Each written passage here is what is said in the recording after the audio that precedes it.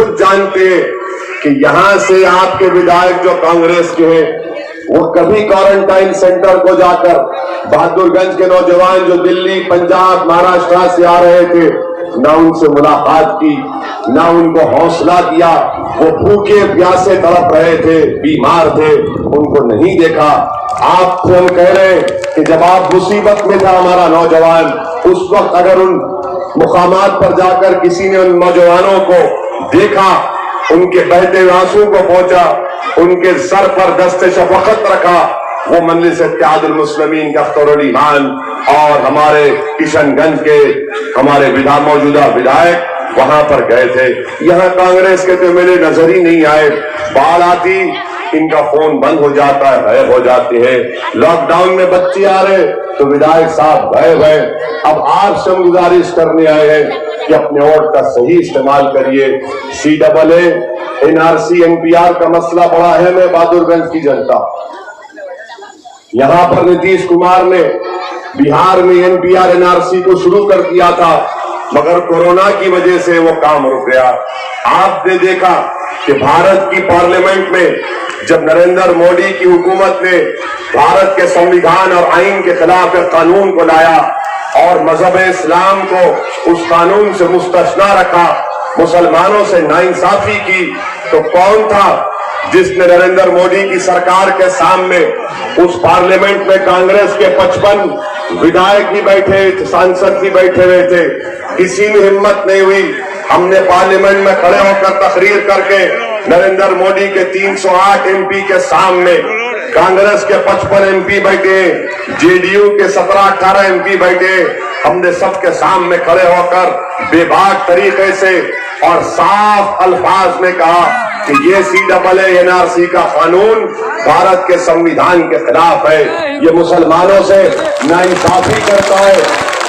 हमने कहा ये कानून भारत के संविधान के खिलाफ है, मजहब के नाम पर नाइंसाफी करता है, मुसलमानों को उससे दूर रखता है, और हमने मोदी की हुकूमत के सामने उस कानून को फाड़ दिया और कहा इस कानून का तारीफ नहीं कर सकते। आपने देखा ये चीज। अब हम जब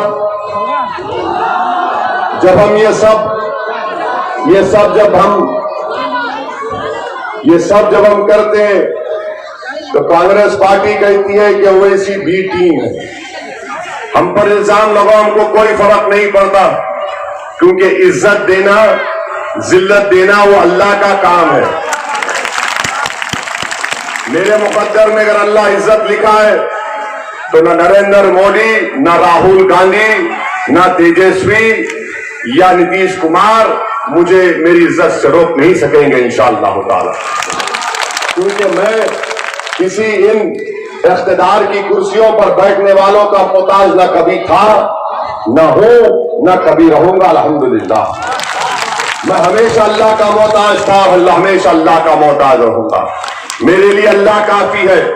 मुझे किसी राजद की या कांग्रेस के बैसाखियों की जरूरत नहीं है अपनी सियासी रोटी सेकने के लिए। मुझे अल्लाह की जात पर भरोसा है। हाँ, मैं मोहताज हूं। किसका मोहताज हूं मैं इन गरीबों के हक के लड़ने के लिए मोहताज हूं, और मैं बेताब हूं। सीमांचल की सरजमीन पर बसने वालों, मेरी बात को सुनो, और आज मैं आपसे खुलकर कह रहा हूं, मैंने बिहार के बहुत से मुकामात का दौरा किया, मुझे सियासत का थोड़ा तजुर्बा है। मैंने भारत के कोने कोने में बड़े बड़े मुकामात पर जाकर मैंने तमाम मुकामात को देखा। आपके सामने सिर्फ 2 अल्फाज मैं कह रहा हूं, अगर इस भारत के सरजमीन पर बसने वाले गयूर, मुस्लिम अक़लियत, दलितों और कमजोर तबकात को इंसाफ मिलना है, नौजवानों को उनका हक मिलना है, हमारी मां और बहनों को रात में चैन से सोना है, हमारे बुजुर्गों को उनकी तकालीफ से आजाद होना है, तो मैं आपके सामने ईमानदारी से कह रहा हूं, जब तक तुम्हारे पास तुम्हारी एक सियासी क़ियादत नहीं होगी, तुम्हारी एक पार्टी नहीं होगी जो तुम्हारे वोटों से जीत कर आएगा, जो ना राजद की जबान बोलेगा, जो ना कांग्रेस की गुलामी करेगा, जो ना मोदी से डरेगा, जो ना नीतीश की परवाह करेगा, तभी हमारे मसाइल हल होंगे, तभी हमारे मसाइल हल होंगे। कल तक आपके पास कोई विकल्प नहीं था, आज आपके पास आपकी पार्टी एक हरा झंडा उठाकर मजलिस इत्तेहाद और मुस्लिमीन आपके दरमियान में है। ये पार्टी आपकी है, इसको आप अपने सीने से लगाइए, अपनी मोहब्बतों से नवाजिए। आज आप अपनी क़यादत को मजबूत करेंगे। यहां से अंजर नईमी की कामयाबी सिर्फ बहादुरगंज के जनता की कामयाबी नहीं होगी, बल्कि बिहार के कोने कोने में जो गरीब बसता है वो दुआ कर रहा है अंजर नईमी की कामयाबी के लिए। क्यों दुआ कर रहा है? तो देख रहा है कि बिहार में उसकी क़यादत बन जाए, बिहार में उसकी एक आवाज बन जाए, ताकि हम इस पर आगे बढ़ सके। मैं आपसे जब ये बातें आपके सामने रख रहा हूं, तो कल किशनगंज में कांग्रेस की एक इंतखाबी जलसा हुआ, जनसभा हुई। कांग्रेस के बड़े नेता राहुल गांधी बैठे हुए थे, बड़े बड़े लीडर बैठे हुए थे। हमने जितनी आपके सामने बातें कही, बताइए क्या मैंने हिंदू और मुसलमान की नफरत की बात आपसे की? मैंने कोई गलत बात आपसे की? वहां जलसे में बैठकर राहुल गांधी की मौजूदगी में कांग्रेस के बहुत बड़े लीडर जो अमूर के भी मौजूदा विधायक हैं, जिनका नाम मस्तान साहब है, राहुल गांधी की मौजूदगी में कह दे कि हम असदुद्दीन ओवैसी के हाथ और पैर काट कर उसको हैदराबाद भिजा देंगे। बोलिए, क्या इस तरह कांग्रेस के डायस पर इनका बड़ा नेता राहुल गांधी बैठा हुआ है? मेरी मौजूदगी में अंजर नईमी ने किसी कोई गलत बात अपनी जबान से निकाली, किसी का दिल तोड़ने की बात निकाली, किसी को धमकी दी, और ये हमको कहते कि हम असदुद्दीन ओवैसी को उसका हाथ और पैर तोड़ के हैदराबाद भिजा देंगे। मैं राहुल गांधी से कहना चाह रहा हूं, राहुल गांधी जी, आप मुझे नहीं जानते। मैं जब इस दुनिया में आया तो मेरी मौत का वक्त अल्लाह ने तय कर दिया है।